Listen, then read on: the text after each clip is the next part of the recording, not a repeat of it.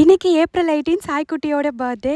அவளுக்கு ஏதாவது என் கையால் ஸ்வீட் செஞ்சு கொடுக்கணும் அப்படின்னு குலாப் ஜாமுன் தான் ரெடி பண்ணியிருந்தேன். அப்படியே நைட்டு மணி 12 போல் ஆயிடுச்சு. கேக் கட் பண்ணலாம் அப்படின்னு வந்து ரெடி பண்ணியிருந்தோம். அவளுக்கு இது 6வது பர்த்டே, அதனால 6 கிஃப்ட்டுமே வந்து ப்ரெசென்ட் பண்ணியிருந்தோம். மேடம் இப்போ பெரிய மனுஷி ஆயிட்டாங்க. நைட்டு 12 மணி வரைக்கும்லாம் முழிச்சு கேக் கட் பண்ணுற அளவுக்கு பெரிய ஆள் ஆயிட்டாங்க. சாய் டெய்லி ஒரு நாளுமே எதிர்பார்க்கறது வந்து, அம்மா என் பர்த்டே எப்போமா வரும், என் பர்த்டேக்கு இது பண்ணணுமா, என் பர்த்டேக்கு அது பண்ணுங்கம்மா அப்படின்னு ஏதாவது வேணும்னாலே வந்து எனக்கு பர்த்டேக்கு அதை பண்ணுங்க அப்படின்னு தான் கேட்பா.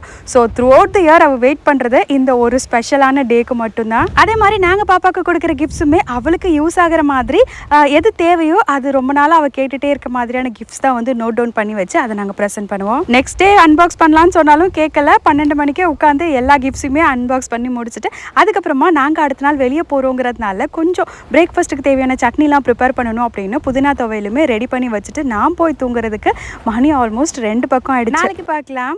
பாய்.